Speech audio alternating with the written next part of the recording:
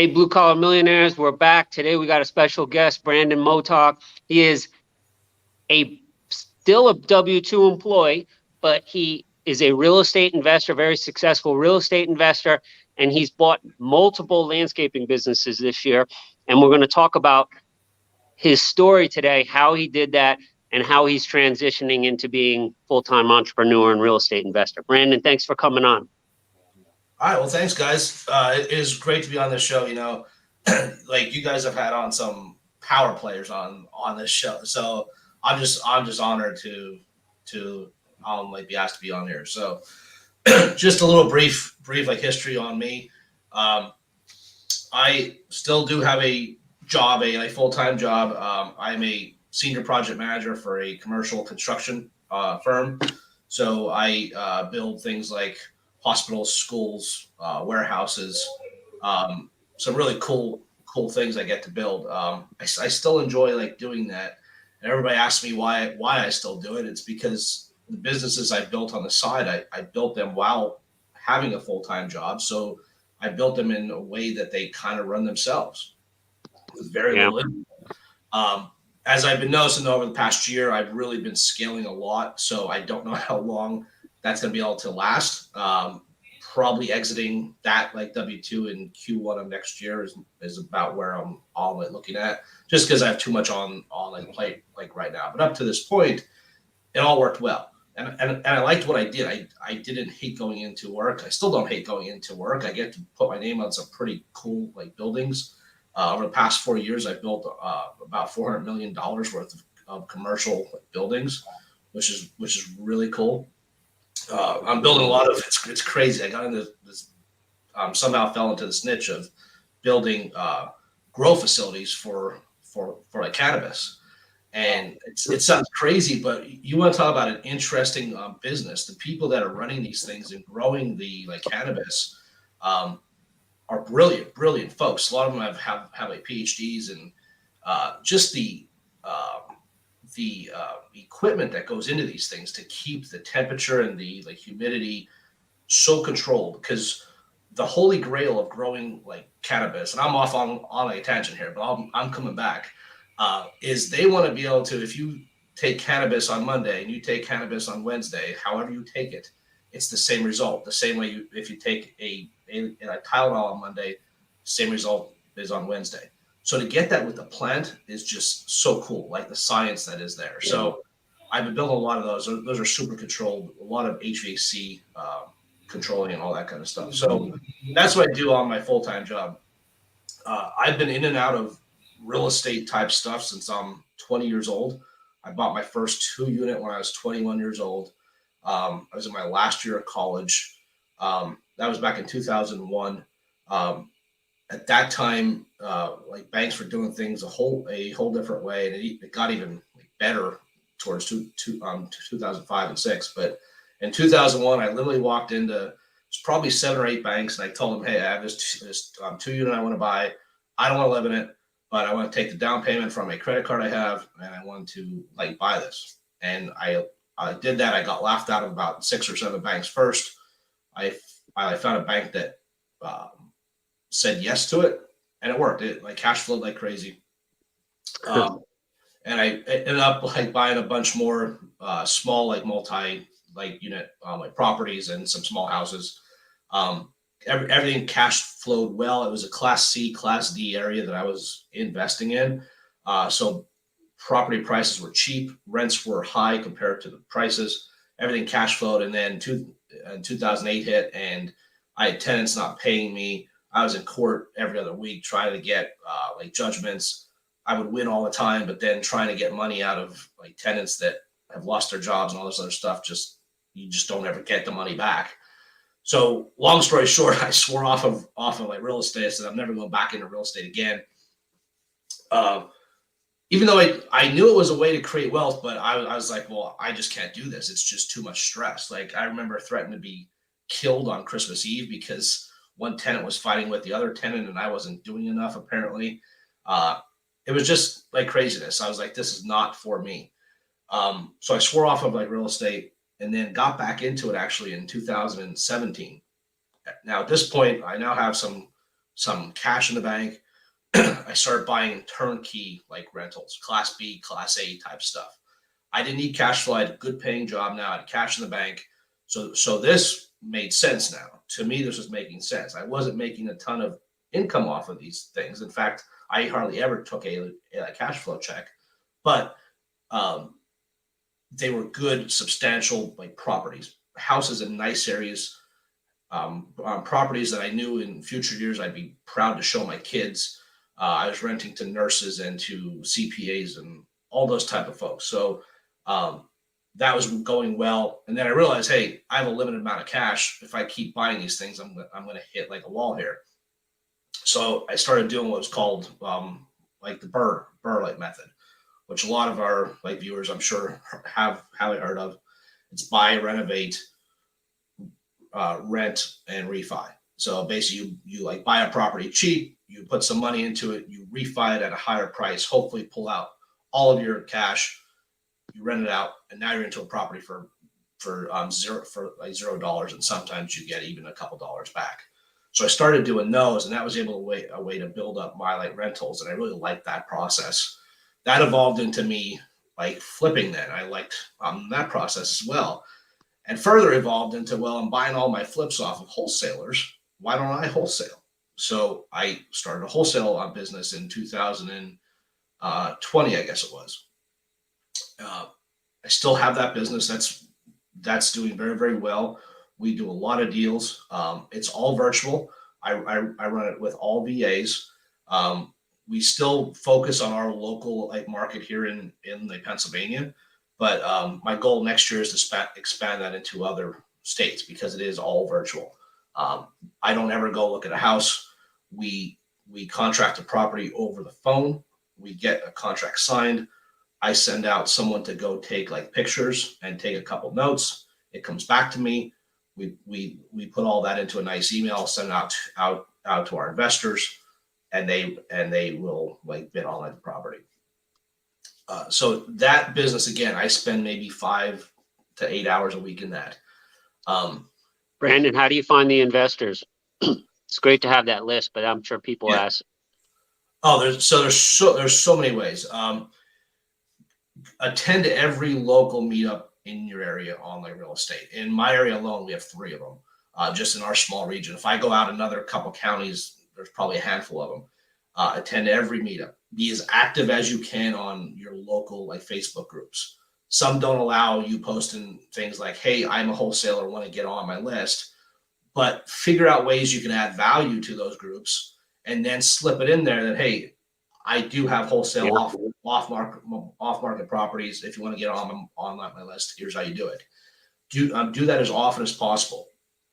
And then one of the simplest ways to build that thing real quick is you go on something like PropStream. I don't like PropStream for their data when I'm calling like sellers, but if you want to find buyers, like PropStream for $100 a month, you can go on there and pull up say a county and look at every cash sale that was done in that county in the last year, and then you'll get that list of like buyers in Excel like format, and then you will like skip trace those folks and call them and say, hey, do you want to get on our like buyers list? I see you bought 123 Main Street for cash. Are you looking to buy something of the same type? And 9 times out of 10, they are going to like say yes. This is something a VA can do very, very cheaply. With text messaging is the easiest there, but like you can also call them. The bigger buyers, if you start sorting through, hey, this buyer bought 50 properties in my county in the last year, find who that is, and then whoever is the owner of your company should really call that person and say, hey, look, I see you bought 50 properties, all cash. You are a huge buyer. We want you on our list. Here's where we are buying, and just keep doing that. And we add probably 3 to 10 buyers a day, every day, consistently, just by sending out messages. Hey, you bought 123 Main Street for cash. Are you looking for anything more? Every now and then you're going to get a person that bought their personal home cash, but that's very, very rare. That's the easiest like way to do it though, and just get your name out there on social media. Get involved in these groups. Add value, even if it's the smallest amount of value. You become a needed like resource. Brandon, but did you use VAs and stuff? You know, I like VAs, but were you forced to be efficient because of the W-2? Yep. Like, cause you can't kill 60 hours a week. You got to have people doing it while you're doing your W-2. That Yep. forced you to be efficient. And then it's just like the way to do it. Right. Exactly. Yeah. I knew I couldn't do it. For like two reasons. One, time, and two, does not suit my personality to make 500 calls a day and get 485 no's. That's not my personality. I don't do that well. But there are people that thrive on that and are very good at that. VAs are especially good at cold calling. We're actually seeing a big shift right now. Our response and lead generation off of messaging, off of text messaging, is like almost 10-1 on cold calling at this point. So I'm going to start to do more like focusing on like messaging. But yeah, it was mainly about time. I worked with Matt Larson, who I know was on here a couple weeks ago. Mm-hmm. He helped me set up my business. He has some great resources, courses and all that kind of stuff on how to do the same thing. The thing about wholesaling is it's not like rocket science. It's not a difficult like business. You aren't building a rocket ship, but you have to be very persistent. So many people say they are a wholesaler, they do it for 2 weeks and don't get a deal and they quit, and then it's done. You got to be able to keep following up with these leads and plant seeds, and then like nurture those seeds week after week after, or month after month. What we see a lot is we have some one call closes. It definitely happens, but more often than not, we close on the 5th, 6th, or 7th call. And like what I have seen is pretty interesting. You may call a seller on day one, and they want on retail price. Why? Because they don't need to sell. Their life is going good. They don't need the cash. But you may call them then again to see how they're doing, and life is still good. And then 4 months later, they may have lost their job, going through a divorce, may have gotten sick, and now their motivation is completely changed. So you have to keep following up in order to close those like deals, and that's where a lot of people I think really just fall short. If they don't close the deal on the first call, they quit and like move on. Absolutely. And that's with all business. Any high ticket like sales, it's very hard to close on the first call. I don't care who you are. Brandon, did you learn this skill set from one resource? Like, how did you learn this skill set for wholesaling? So yeah, I've before I got into it, I read a ton of like books on like wholesaling. I knew people that were doing it. I was asking them how they do it, and then the best like resource again that I found was Matt's training that he has. He has something called like virtually unemployed, and it basically teaches you how to start this whole thing. Super great, like great like resource. I don't get paid for like doing this, but I'm just saying it's a good course. Yeah. But you can do it. Like anybody can do it. All you need is a source of leads and your buyers. That's what you need, and it's 1 + 1 = 2. So let me ask you about the leads, because here's what I've learned with business acquisitions. It's the exact same shit as real estate. There is no difference except for the asset that you're trying to buy. Yep. So where does people find a list of business owners? Because I know you're going to a certain place to pull a list for your real estate, and then how do they skip trace to find the information so that they actually have some phone number and email, something to call? Is that some information you can give our viewers so that they can transition your skill set on this wholesaling into acquiring businesses? Yeah. So I wish I had a great answer. I don't. The like data source I use is primarily for like real estate and real estate owned. There's I think it's List Source is one of them. List Source is what's in my mind right now. Yeah, and Yep. so there are companies out there that if you want to find everyone that owns a private jet, you can pull that list. Right. I just don't know who all of them are, but there are tons of sources out there. Now you're gonna pay for that data. But I know folks who find everybody that owns a private jet, and that's how they build their like buyers list. Because if they have a private jet, they have has Smart. disposable cash. You could find lists of people that everyone that owns a Mercedes or owns a Ferrari. Like it's amazing the data out there that you can buy. Mhm. So just with a little bit of homework, you can find those like services. I didn't find my businesses that I bought recently from any of those lists. So, but I do know that data is out there. Yes. Kevin, what's your answer to that? Absolutely. So we do that for subcontractors. You could use usbizdata.com, I believe it is. I mean, you could just Google business lists, or like we pull every list of every pressure washer, roof cleaner, gutter cleaner, like in every state. And we'll just like have text messages to specifically to roofers in Ohio. And you can then go take that list with the VAs and then scrub them to see which ones are cell phones, because lots of these guys have cell phones, because if they have an office number, you can't text them, right? Then we might leave a ringless voicemail. But it's something like 54% of at least the blue collar guys that we do, they have their cell phone as their Google number. And then we just text them. And yeah, if you texted, so we're doing it, hey, are you interested in subbing? And we get a response. If somebody just did that, because we've done it where you're saying, hey, are you ever interested in selling your business? Or I just exited an apartment complex. I'm sitting on cash. I'm looking to buy more roofing businesses. I already know what will happen. You will get so many messages, you won't know what to do with it. So Yep. you're using a VA to scrub them. You're just hopping on Fiverr, Upwork, something like that. And what are you searching to find someone that knows how to scrub?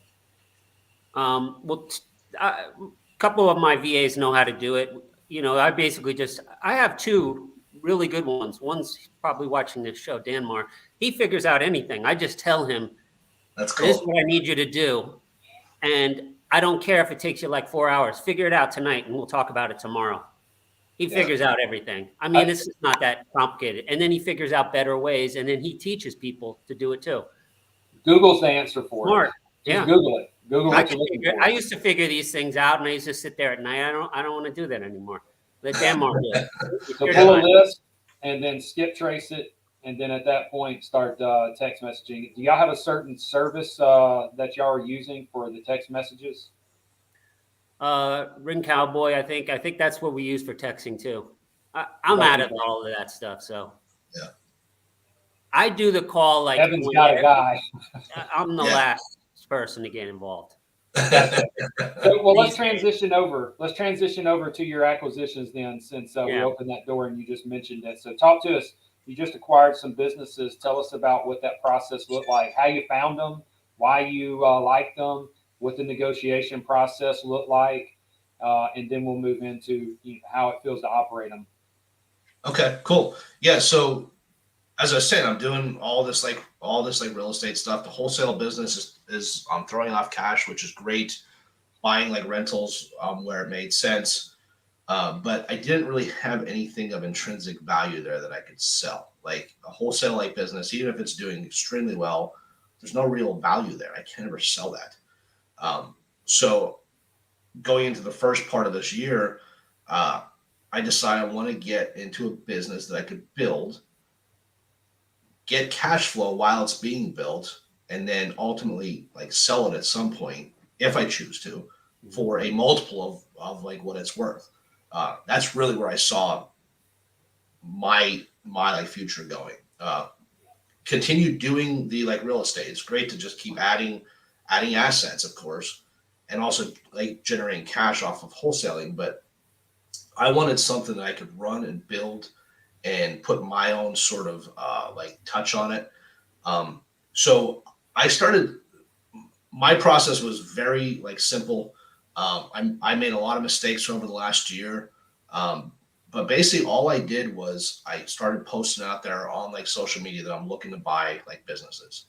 And the response I got was unreal. like I got over 100 like options in probably a couple weeks. And I was looking through all kinds of things and ended up settling on a lawn care like business. And lawn care wasn't even in my thought process when I started this search. It was like it wasn't even anything I was thinking of. I was thinking of construction because that is my background. I was thinking of like trash out type of like companies. That's where I was like focusing, and I almost had blinders on at one point that wasn't allowing me to see all these other options. And when I started getting into the idea of lawn care, I really loved it for like a whole bunch of reasons. First and like foremost, I believe it's a service that if the economy changes a little bit or even a lot, people who are paying to get their grass cut now are going to continue to pay to get their grass cut. Maybe we'll lose 10% of our customers, but generally speaking, they're going to keep doing that. Why? Because they value their time. They know it's worth paying us $50 or $70 to cut their grass, so they don't have to be out there on a Saturday losing time with their like family or losing time that they could be spending on their own business or on themselves. And also, it's a total hassle. What are they going to go buy a lawnmower and do all that? It's not like they can just go out there on Saturday and do it. They got to go get a lawnmower. Lawnmower, a weed eater, a blower, and then everything. Gas can. They're not going to do it. Yeah, exactly. So I love that part of it. And so then you combine that with there's this recurring like revenue because of the mowing, and you mow in Pennsylvania about 30 weeks each year. That is awesome. That recurring like revenue pays our bills. But then you combine that with the like landscaping work, and we do small jobs. We do mulch, we do flower beds, we like trim trees. Like we don't do big hardscape jobs or big massive like landscaping jobs, but we do anything from $1,000 up to like $10,000 jobs, and they're very profitable. Those profit margins are 50 to like 70% depending on that job. So now that money is sort of the money that pays for profit, equipment, all that kind of stuff. So I like that part of it. And then in Pennsylvania, we plow snow, and we're about to hit that time right now. Snow plowing is a very profitable like business as well. It's a high barrier to entry, so there's not a ton of competition out there because you have to have the right truck, the right plows, you have to have the people. It's a lot of money to get the right equipment there. And the businesses I bought had the equipment for it. So that's another source there as well. And then on top of it, we talked about this in like the past, but you could add on doing Christmas lights. You could clean like gutters. Because you're at the person's house, there's so many things. I think you had mentioned this once on one of your talks like Kevin, but when you're at the house, like look around. Is there something that you can help that? Always something. I'm gonna help that home. Can you power wash? There are so many things I believe over the next few years that I could add on to this business as more streams that I just like loved it. So ended up buying a local like business. It was in business for 25 years. Basically had a bunch of meetings with the owner. He had started a like another business building like playgrounds, and he liked doing that work. He was doing it all over the state and paid him very, very well. So that's what he wanted to focus his like time on. So we came to terms. I bought that business 100% finance from the like seller. I didn't put any like the cash down on that. And this was a Facebook lead from your I'm looking to buy businesses? This was a Facebook lead. Yep. So Brandon, not to cut you off real quick on the buying business we were just talking about texting. There's so many businesses for sale that never get sold that you don't even need to go off market. It's not like real estate. Yeah. I don't want to convince some guy who never thought of selling his business to sell his business to me. Just go on all these places. Yep. These people, they will be they want out. They want out. Yep. And there's this comment. So when I was buying like the first one, I had a lot of folks say, "Oh, you're crazy. If he's selling there, must be a problem," and like this and that. And yes, in hindsight, there was some issues. Like I had to put money into trucks that I did not plan on. It cost me a lot of money because a lot of the fleet is older. So there was some issues there. But at the end of the day, what people have to realize is just because someone is selling a business doesn't mean there's something wrong with it. It just means they're past their interest in that business. Solving a problem. Yes, they just decided it's not what they want to do anymore. And a lot of these businesses, at least on the lawn care side, are owner operators that are also doing it and this and that. They just want out. So everybody that's afraid, oh, why is the guy like selling, or why is the guy or girl like selling? That's not necessarily a red flag. It just means that they want to do something else. That's not necessarily a bad thing. That's good like for you. So talk to us. I think this right here is where the due diligence process is so important, because that's where you uncover the skeletons that are hidden in the closet. I mean, what did you first of all, he came to you, which I love that. You weren't doing the cold calling situation, so there's a different dynamic there. Then when you actually enter into conversation, what did those conversations consist of for you to build rapport? And then did you do a site visit? What did that site visit feel like, look like? Yep. So on that first one, he had wanted cash, and my I don't want to call it my like pitch, but basically my response was, I'm not comfortable paying cash for this business because you have, I don't know, at the time it was 60 some like customers. I could buy it and tomorrow I could lose all of those like customers. And now I've lost all of my cash as well. So I can also, but with that said, I can get you a little bit of a better price if you finance the sale. That protects me, and it lessens your like tax like burden. And now you're getting income from a business that you built over 25 years. You're getting income now for the next 3, 4, 5, or 10 years without doing anything. It really is a win-win-win. I play on the fact that they built this business from nothing into what it is. Now let that pay you for sitting at home. There's nothing better than that. Or I could give you X amount of hundreds of $1,000s cash and cut right half of it right off the top. That goes right to taxes. Is that really what you want? And you'll find that a lot of like sellers think that makes sense. Like they don't want the cash. They want the income. They just want out of the business. And Brandon, you probably know, it's actually the first time they really thought about it. That first conversation, they didn't think about it, but now they're like, yeah, wait, I'm going to lose half. But I love what you're doing there. You're not talking about yourself. You're thinking as everybody should do in sales. Yeah. Worry about what that person wants and then try to make a win-win situation. Nobody gives a shit about if you don't have money and I need you to sell or finance it. Talk through them through there. But then the other thing you're doing is, I know you do this because just in this 28 minutes, people have confidence in you. The sellers are watching you. You have to talk to them and build confidence, because if they're going to sell or finance it, they need to know that you're honorable, that you're capable. Yep. That's so important. If I ever sell or finance my business, I'm going to be looking at that nonstop. Can this person operate my business?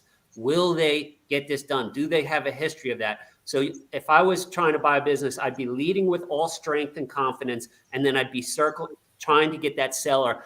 How does it make sense for them? For this tax reason and this idea of getting paid over and over year after year, it's a great thing. Yep. And in some cases, they actually end up making more than they were when they were running the business for doing that. Yeah. So if someone doesn't see that as a win-win, I mean, it's complete craziness. So one of the things I did was I knew I didn't have the time to run this thing. So while this was all happening concurrently, I was looking for a general manager to like run this like for me.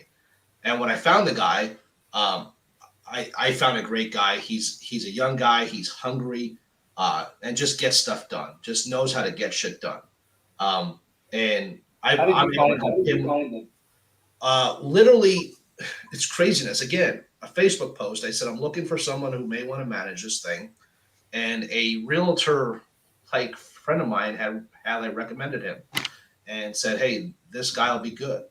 He went to a trade school and then ran his own like lawn care business. He realized he didn't want to run his own, but wanted to still be in that business, and just turned out to be a great fit. He's like with me now almost a year and just knocks it out of the park every day. I could not be happier. So one of the things I did, because I didn't know a lot about the lawn care like business, was I actually had him and the seller of the business like spend some time.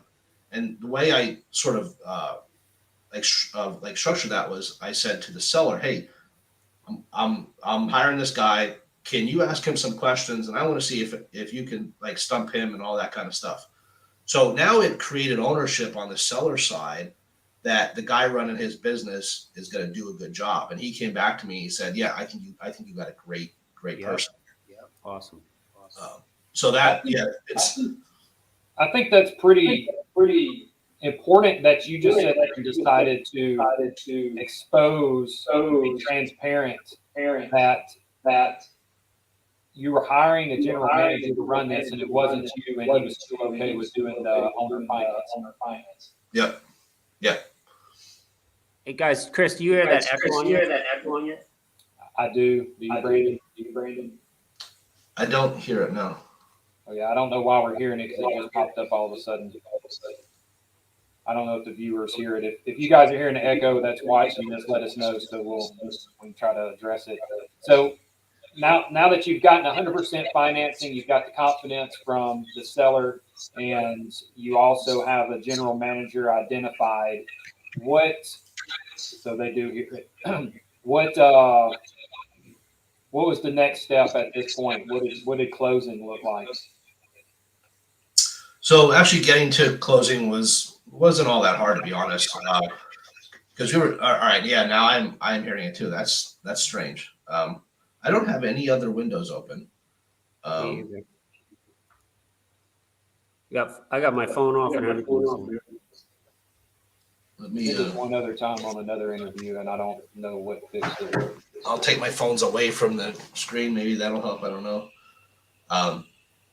Anyway, so yeah, we were talking. It was probably over a couple months until we finally came to terms, and then we had about another month of me finally going through the books to sort of like verify the sales and what he was doing and all that kind of stuff. Where I made a mistake was I should have spent some more time and some money like looking at the trucks. There was some, I'll call them like landmines in like the trucks that kind of came in, like bit me in the first month. So I ended up putting 50, 60 grand into some trucks that I was not planning on. Yeah. That stung. But again, that's nobody's fault except mine. And I took ownership for it. I should have looked at them closer. And I didn't. That was my fault. I learned that. That's an expensive lesson, but I learned it. So the first thing I wanted to do was it was being run with only one employee, and I knew that was not a sustainable thing. They had that guy running 70, 80 hours a week. It was just not good. But I wanted to keep him on because he knew the accounts, and like literally we closed May 31st. June 1st, that guy quits. He's like, and then he told me he's going to steal most of my customers as well. Like, well, great. This is just a great start, right? So, long story short, that guy was a talker, didn't take any of my accounts, tried to. The sellers just called me instead and said, hey, who's this guy and why is he doing this? Ended up not being a problem. And it ended up actually being a blessing because that guy was not going to be a good fit for our team. We were able to like staff up and get things done. It was a rocky start at first until we got the lay of the land and knew the accounts. And when you're cutting grass, like it takes a couple weeks until you know how to really efficiently mow a person's lawn. So it takes a little bit of time to kind of like learn all that. But we were able to get up to speed pretty damn quick. Had some turnover, but folks were doing good. Then we started doing, it was like mid to late June at this point, and usually mulching jobs are pretty much done at this point because everybody likes to get that done in the spring so their house looks nice for like the season. But we managed to do probably probably about $80,000 in mulching jobs between late June and like August, which is unheard of. And these are all small jobs. So we hired a second crew just to do that, and that's all they did was put down mulch. And that was great. Like we were buying mulch at about $21 a yard. And obviously paying for like labor, but we were installing it between $100 and $120 a yard. So the margins on that was just crazy. And I really want to hit that really hard this spring. That's really going to be my like focus, because you can stack a lot of cash quick just by doing a bunch of those jobs in the first part of the spring. And then over the next like couple months, it was just about getting processes in place. We developed new like SOPs and what people do, and added some like safety rules in place that like we have some like redundancy if someone gets hurt like while they're out there. Cleaned up the trucks, like I made sure what was on the trucks and trailers was as efficient as possible. Just kind of work through all those things. What was your involvement in the SOPs and that whole process you just described? I'd say honestly, it wasn't a whole lot. My GM, he just kind of took that ball and just started like doing it. He put in a maintenance plan in place for all the mowers, all of the equipment, like how often we're cleaning blades and changing oil and all that kind of stuff. And I'm very fortunate. He just did an awesome job on all of that. But that kind of stuff, like when you take over these businesses that are owner/operator type things, they don't have any of that. So it's very important to put processes in place, or you'll get burned fast. So then I decided, like, even though it was a rocky start, that first month was rough. I'm not gonna lie. It was like a boot camp. Like it was not. I knew it was gonna be rough, but I underestimated how tough it was actually gonna be. But then once I got through, I'm like, okay, this is cool. So what I realized then was, because I had a GM, this business was on track to do, I don't know, $300,000-400,000 a year. That's all my profit going to that role in running that like business. So as such, that business is not like profitable as is. So I knew I had to either grow that thing quickly or start adding on. So that's, again, I did the same thing I did the first time, started putting feelers out there of, hey, I'm looking to buy a business, another lawn care like business in this area. Do you have any leads? And I got another flood of options. It's really crazy. You know, people don't ask for stuff, and I don't know why. Like, I did a talk at one of our like real estate groups about, I don't know, 3 months ago. And I did this like crazy exercise where I had everyone like stand up. There was about 70 or so like people there. And I made them go through this weird thing. I had them take out their cell phone and hand it to their neighbor, and the neighbor or the person next to them who they didn't know. Okay.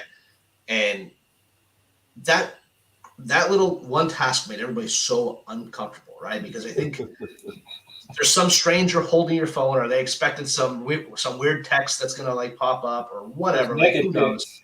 Yeah. So I was sort of dragging on a little bit for a couple like minutes, and you could see people's faces, like they were all so awkward because all they did was hand their phone to a like different person, and I said, okay, I hand it back, and then I had them all like sit down, and I said, hey, why did you just do what you did? Why did you just hand your phone to a stranger?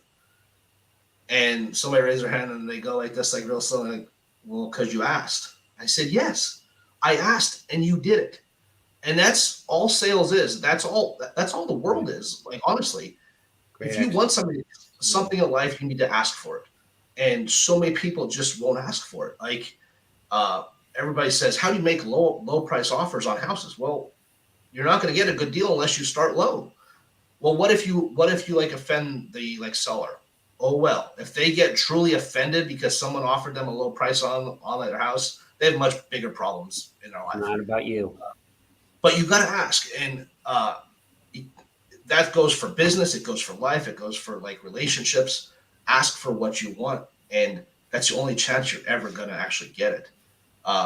So I went back to what I knew. I asked my like network and said, hey, anybody looking to sell another lawn care on my business? And the details of the next one I bought were very like similar, almost the same size. The first one I bought covered two counties. This one was literally the next county east. So now we have 3 counties, similar size sales, also does snow plowing, similar income each year.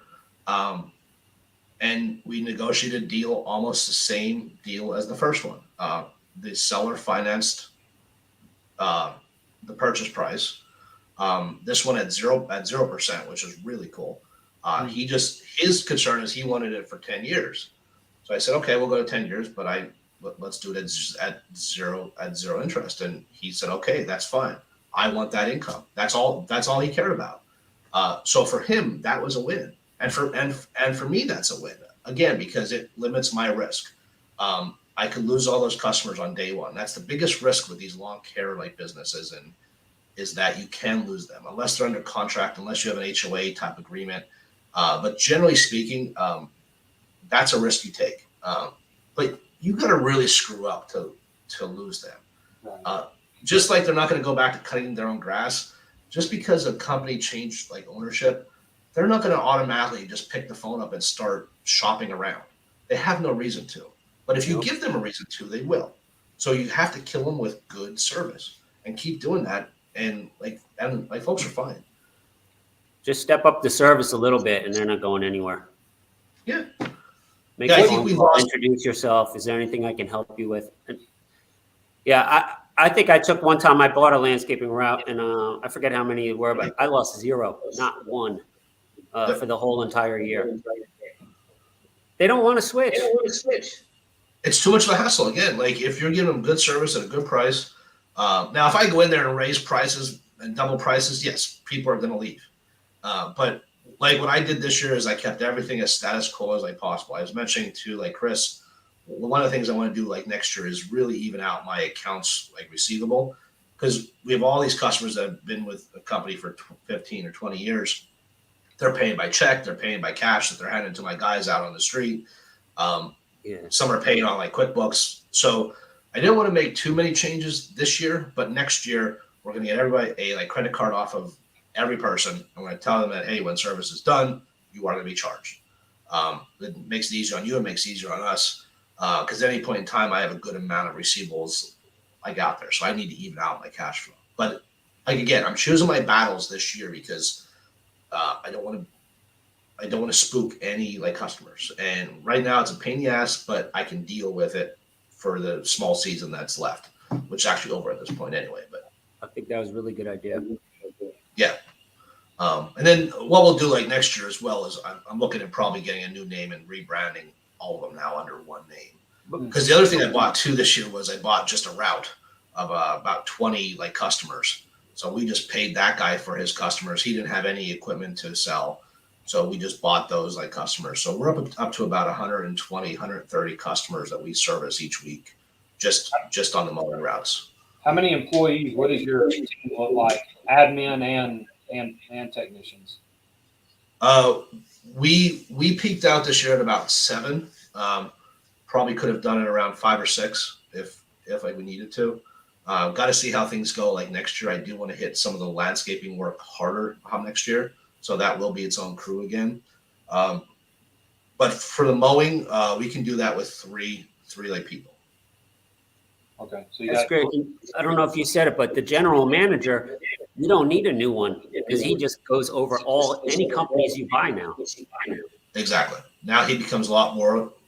He's a lot more like efficient now, and he actually enjoys it more. He has larger goals too. He wants to run a larger like company. What's your pay structure for your team? Is it hourly in the field? Is it profit sharing for your general manager? Can you kind of go over that?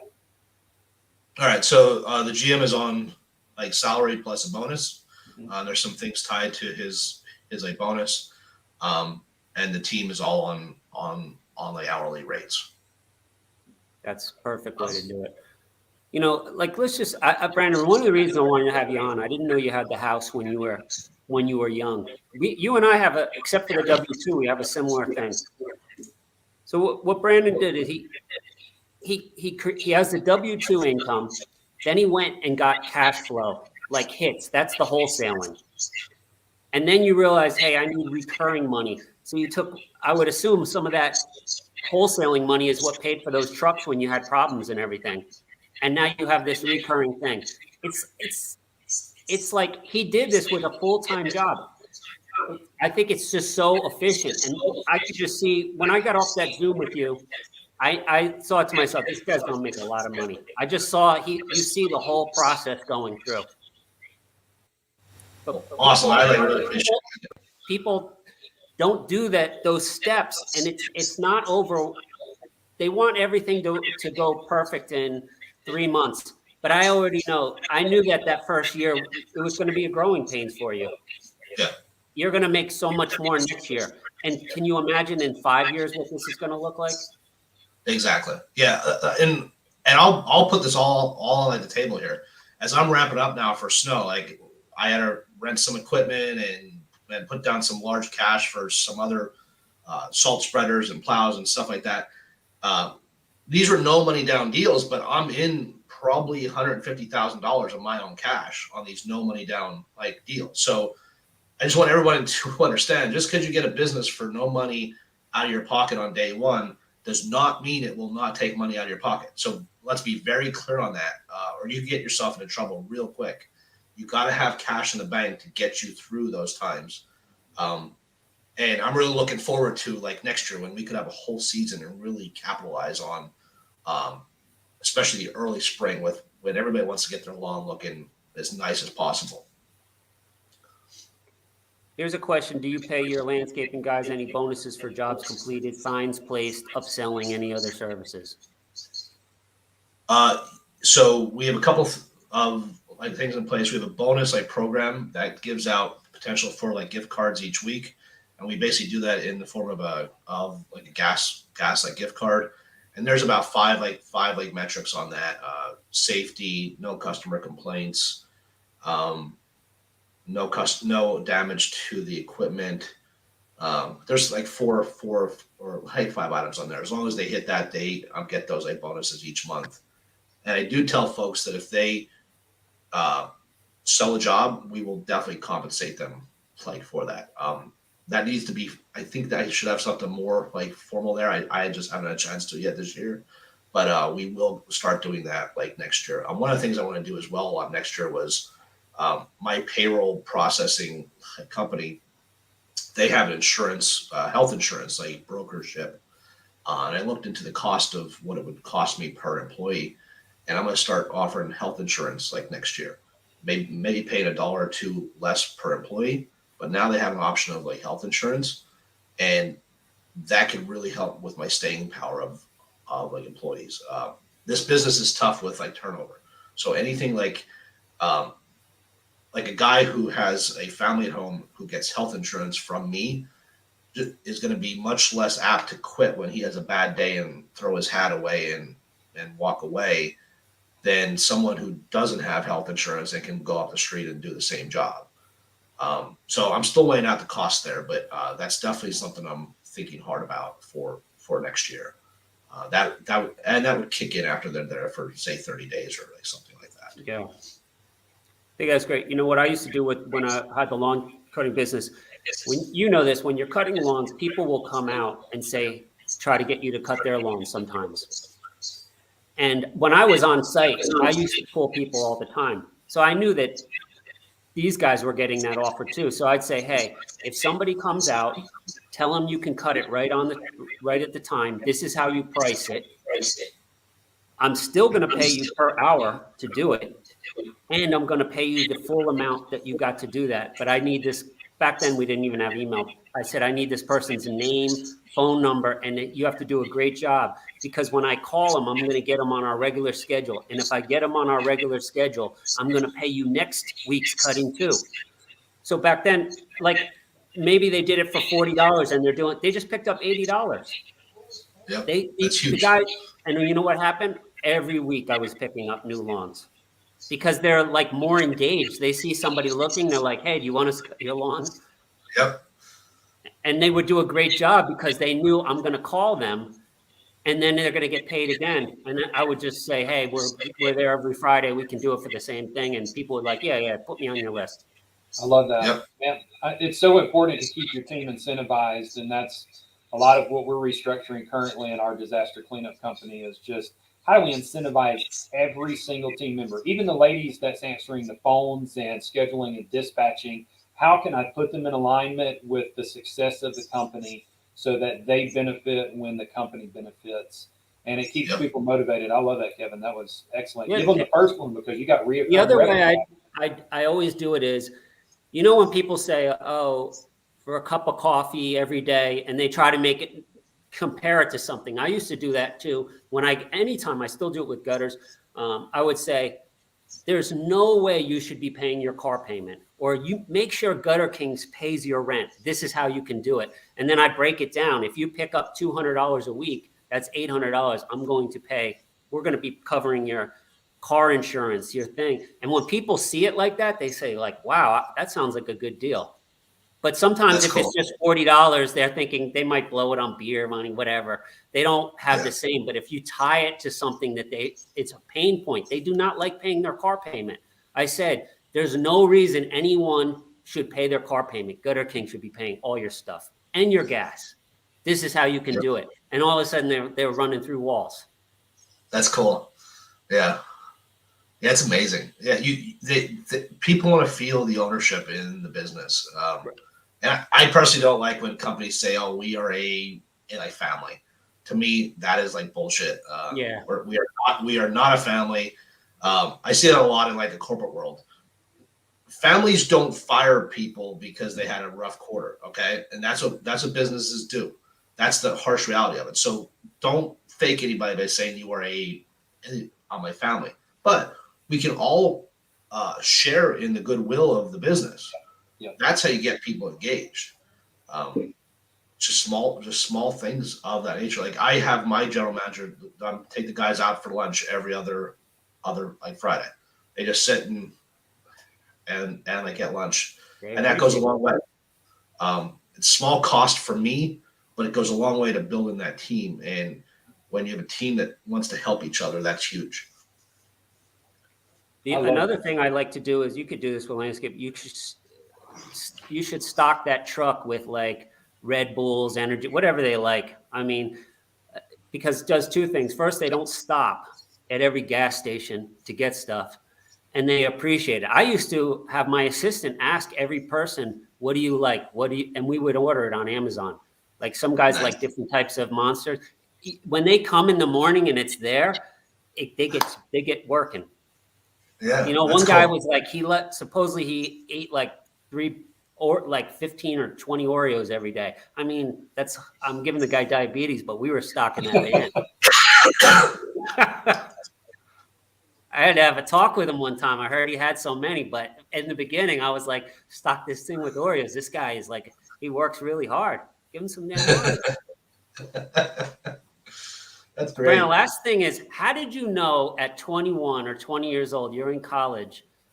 I love finding what young guys, how did you know you could buy a 2-family? What made you think that? Because most people think, oh, I have to have a full-time job and I'll buy it. What makes you're in college and you're like, I'm going to buy a 2-family. I'm going to use my credit card to do it. So it's crazy. And some of the younger guys may not like know this, but so like my mom, she was my rock. She was a hard worker. She worked 3 jobs like to raise me and like my brother. My dad was not around, but she worked her ass off. But she liked to buy stuff online. Or at that time off of TV. So you would see the late night things on like TV. She had the Carlton Sheets course, right? It was actually the tapes. And I put myself through college. I had to drive an hour to college each way, all for 3 years. The first year I went to a more like local school, but for 3 years I drove an hour to and from college. And during those drives, I would listen to the Carlton Sheets tapes and the stuff he was talking about back in the late like 90s is the same stuff that everyone's doing now. It's creative like finance and seller like financing. And I looked for some of those deals that I never really was able to do those types of things, but but that course made me understand the power of like real estate. And I wanted to buy it with no money out of my own pocket. Not because I read the course, but because I didn't have any fucking money. Like I had no choice but to buy it without any of my own cash. And it was weird because I was living with two of my good friends who the one guy had inherited a house. So we were just paying for the expenses on this house. I don't know. I was living for about $100 a month. And everybody's like, well, you're buying a building. Why don't you move to it? I said, well, I don't want to move to it. I want that to give me cash flow. And that building bought me my first brand new car. Now, that was a stupid move in hindsight, but that to me was cool. The cash flow from that building paid for my car payment. And then as things went on, like 04, 05, 06, I remember getting 106% loan to value, like mortgages. Like that's unheard of. Like that should have been like illegal. But they were giving me 106% of whatever I was buying it for. I was walking away from closing with cash. It was craziness. So you could buy anything you want, like back in those days, even without cash. But just because like what I learned was just because you can acquire it doesn't mean it's necessarily a good thing. Yeah. The other thing, Brandon, you really learned was you said something I'm so with it is the consistency. This stuff is not rocket science. So wholesaling, finding businesses, getting apartment complexes to let you bid. It's just consistent. You're not going to get them on the first time. You have to be okay with, hey, over the next 6 to 8 months, I'm going to do this for an hour a day or 2 hours every other day, whatever it is. You will have massive returns. If somebody's doing it consistently and you can do it on your off hours because you have a high level job and you did all these things, you're consistent. Yep. People quit after like 2 weeks. I had so many guys who had other businesses. They're like, how do you get into apartment complexes? I'm like, I tell them, walk in, talk to them, ask if you can bid, repeat, rinse, do that for 6 months. Like for a couple hours a week, or 3-4 hours a week, you'll have lots of things. And after like 3 weeks, like, man, I did that for one day. I didn't get anything. Yeah. Or, Yeah. I mean, what do you expect? It's the key to success, man. Consistency. Everything in my life that's been successful is because there's been consistent action over and over again. And I didn't see results in the beginning, but because it was consistent, I saw results and they started compounding on themselves. Yep. Brandon, what's your program you have to help people do what you did? You have a course, right? I did not have a course, no. Oh, okay. I thought you had I a thing where you were helping people kind of do the wholesaling virtually. So yes, I do have. It's called Easy Virtual like Real Estate, where it's a done for you thing where we will cold call on your behalf and then actually try to get the deals done. That's one thing that I have coming out with a book in January-ish. That's going to be on like real estate and how to do like real estate when you're working a like full-time job. I love the business and I want to continue to buy like businesses, but for someone who just wants to make their life a little bit easier, buying real estate is the easiest way to do it. Absolutely. And in that book, I have a whole chapter on if you buy just one house a year. Hell, if you don't buy just one house, how it could change the trajectory of your retirement and your life. And people just don't realize how easy it can be and how much it could change things. Hell, if you buy like one house, it'll change it. But you buy 2, 3, 4, 5, 10 houses, it'll change your life. It'll change your kid's life and your kid's life. Anybody who does that gets rich. If they do it smart and consistently, they get rich. Yep. That's something that I want to brainstorm more, and because I love real estate. I don't have the 401k and whatnot. And I've got some other things going at this point in the last 12 to 18 months for retirement. But my main gig is real estate. That's what's going to set my retirement up. I'm still brainstorming on how I can plug in my team members that's been with me a period of time with my disaster cleanup company. And once they hit a certain vested point that they get a portion of equity and some real estate that I have, just so that I can help set them up. And it's just another benefit. In my opinion, way better than a 401k, way better than any traditional retirement plan that's been set up by our grandparent that they're used to using. If I can give them a tangible asset that's sitting in the market that they live in, and now I love that idea. I've not figured out exactly how to do it and perfect that, but it's something I want to brainstorm more on. Because I believe in what you said. Real estate is such a game changer, even if you did one house a year. Yeah. Hell, just one house. Can you imagine you buy one house when you're 25 years old and you got a 20-year loan, you're 45 years old, that house is paid off. Let's say at that point it's renting at $2,000 a month. You put aside $500 for taxes, insurance, and repairs. You're making $1,500 a month. You start doing that math. That's $18,000 a year. So average return is, I don't know, 6%, say safely. So to make $18,000 a year, you need $300K in the bank. So can you save $300K in that same 20 years? I doubt it. But if you buy that house and the tenant's paid off, and now then you have put a line of equity, and then you sit there on new assets. Yep. Brandon, my rentals are going to be for my son's future. Like when I started again in 2017, it was mainly for my son. Like he has like special needs. I don't know what he's going to need as he grows up and what sort of care he'll need. I know my W-2 job is not going to give me enough money to pay for the care that I would want to give him.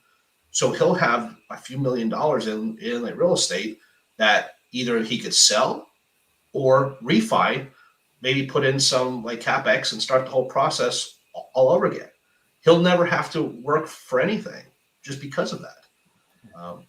Brandon, teaching like your GM how to do that would be super valuable for him. It would change his life just following you. Yes. So I'll tell you a quick story. I have a guy who's worked for me for a long time. He owns an 8-unit in Elizabeth, New Jersey. It's worth about $1.2 million.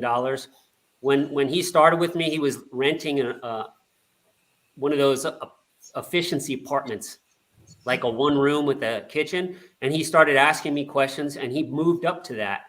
And now not only does he own that, he lives in one and 7 tenants pay him cash flow. My company, it's his, he drives the van, but there's another van. We rent spots in his own apartment. Like, that's cool. He's a millionaire. I mean, he did it all himself. I mean, he had to have the discipline to save money to do it, but he got into that deal for 10%. That's awesome. And he renovated, he did everything. He does stuff at night. It's a nice building. Yeah. Yeah, that's the lies we're all told. People in like the corporate world, they go to college or they go to trade school or whatever. They get a good job that pays them well, and they're just, everybody's told the same lie. Save $1 million, and you'll be set for the rest of your life. You start doing that math. It doesn't work. That does not work. At 6%, that's $60K a year, and then you can't touch any of that principal. And it's tough to work. I don't care if you're making $200K a year. It's tough to save $1 million, just straight up. It's really tough. That's why you need ways to accelerate that. Like I call it in my book, I call it the cheat codes. What are the cheat codes? How do people get to this place from here, and how they do it faster? Brandon, are you writing your book, or is Mike Fowler involved? I'm working with Mike on the book. Yeah. Yeah, I have the draft. Kevin? I'm sorry? Kevin, don't you have something with Mike as well? Yeah, I do. I do as well. So he's got 3 customers right Mike now. has this locked down, man. Yep. Yeah. You're writing a book. He was on our show. Mike Fowler is the person to talk to. He's a smart dude. And I told Mike, I said, you know what's really cool about it is the process. Like it was very almost therapeutic for me to go through that process of getting my thoughts out there and on my paper. I thoroughly enjoyed it. I thoroughly enjoyed the whole process. And I believe everyone should write a book. I really do. Brandon, one last thing, because you mentioned not having your father growing up. I'm sure that's why you're such a great father and why you're giving back to those kids in Harrisburg. I saw you climbing down the side of a building. You were doing that for kids, right? Yeah. Yeah. Sometimes I guess like you overcompensate when something is like missing, but the last thing I was going to be was not going to be a good dad. So, my son, like we talk about our calendars and all that. My son gets blocks of time and they don't move.